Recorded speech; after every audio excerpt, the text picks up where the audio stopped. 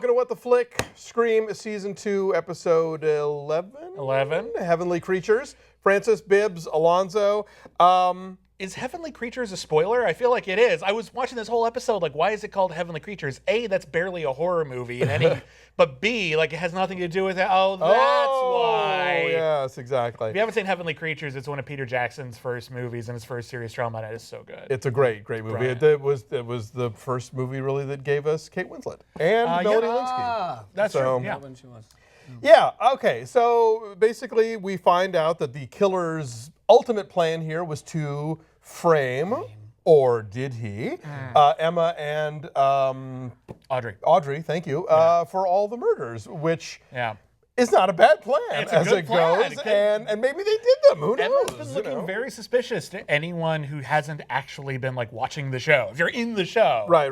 Emma is, like, and it occurs to me, like, you don't get that a lot. Like, the Halloween franchise tried toying with this. The idea that someone who is touched by a serial killer might actually go insane and become the villain in the franchise.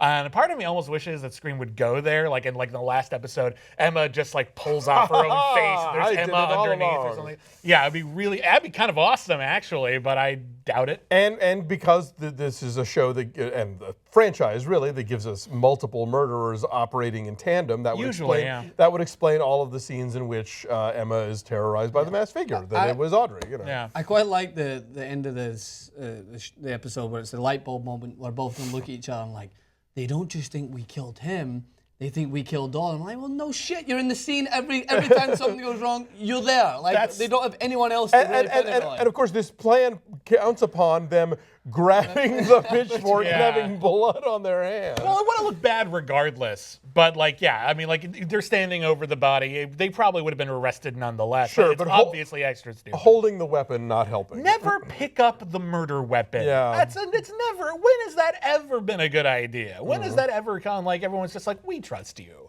Even the sheriff, who has been very understanding throughout this entire season, so understanding, and so never considered, like, there's never been a subplot about whether or not he did it. I wonder if he's the killer. I wonder if that's, because in the first season, it seemed pretty obvious from very early on that Piper was the killer. Yeah. There was enough red herrings that there was some doubt, but it seemed pretty straightforward.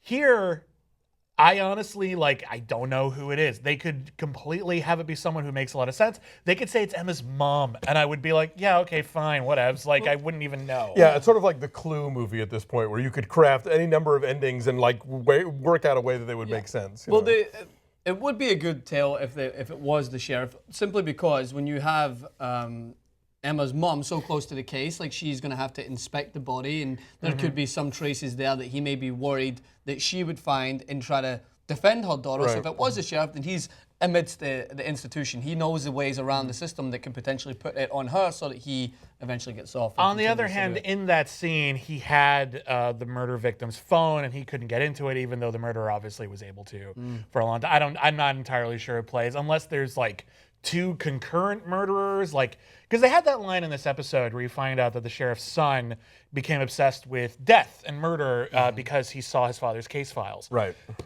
We didn't see that scene. There was no flashback or anything. Maybe he saw something that his father did. Maybe his father is a killer. Like, that's possible. I honestly don't know. I was curious about whether the mayor was going to be on the can't be killed list.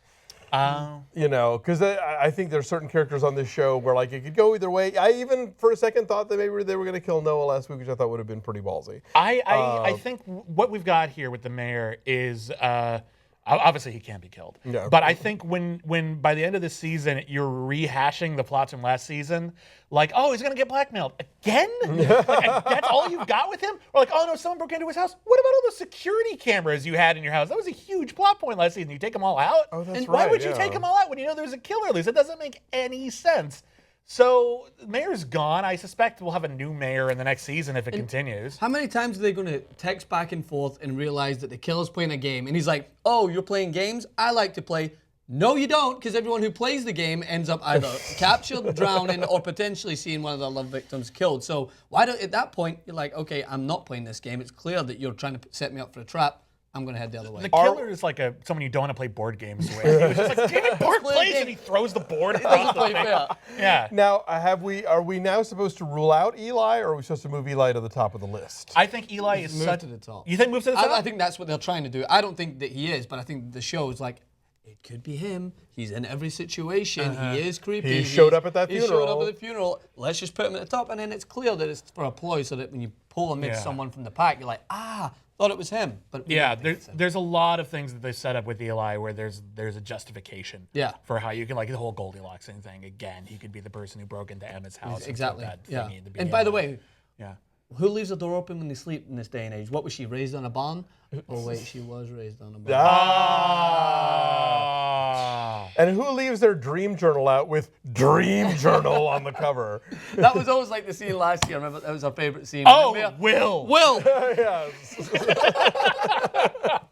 That's like that old Super Friends where there's the don't press button, you know. Yeah. Come on. Space madness. Yeah. But here's the thing. I'm pretty sure that that sheriff is gonna we had to arrest her, but we have this serial killer who's been keeping all of us on the ropes for weeks or months. I'm actually hazy on how much time has passed.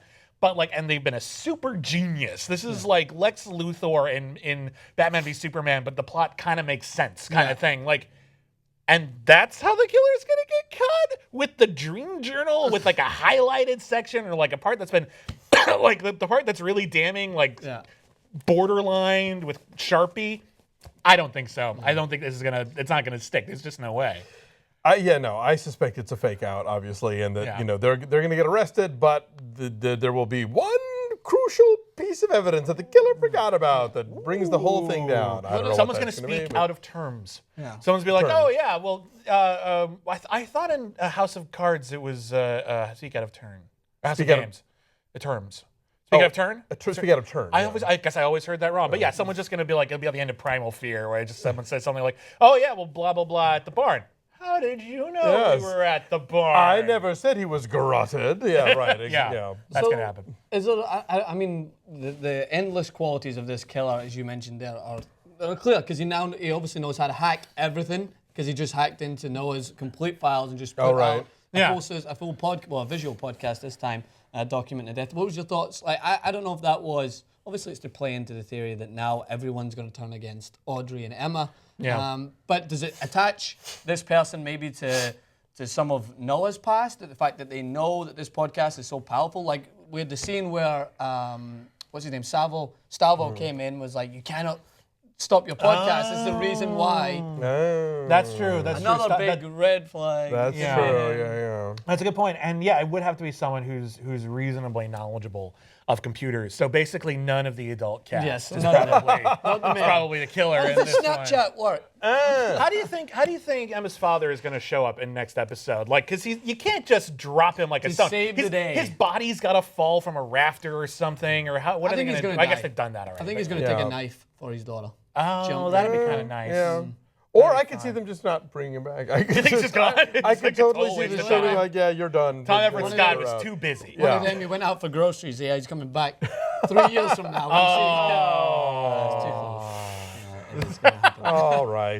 Anything else that we're forgetting? Anything? We good? Noah's still bedridden. Noah's still bedridden. I like that he's actually thinking about changing his life. Yeah, I guess. He's gone through a lot. Those were effective scenes, I thought. Good for him. He's going to have terrible audio quality on that one podcast, though. Yes. Recording off a laptop, we've done that. Oh, yeah, that's shitty. It's crap. I'm sorry. You it's really ridiculous. need an external mic. I think the little one in your earbuds is not going to do the job. No. Anyway, all right. We have podcasts. Yes. So next week, all questions answered, presumably. So I hope so. Otherwise, I'm going to be pissed. No shit. So anyway, join us for that, won't you?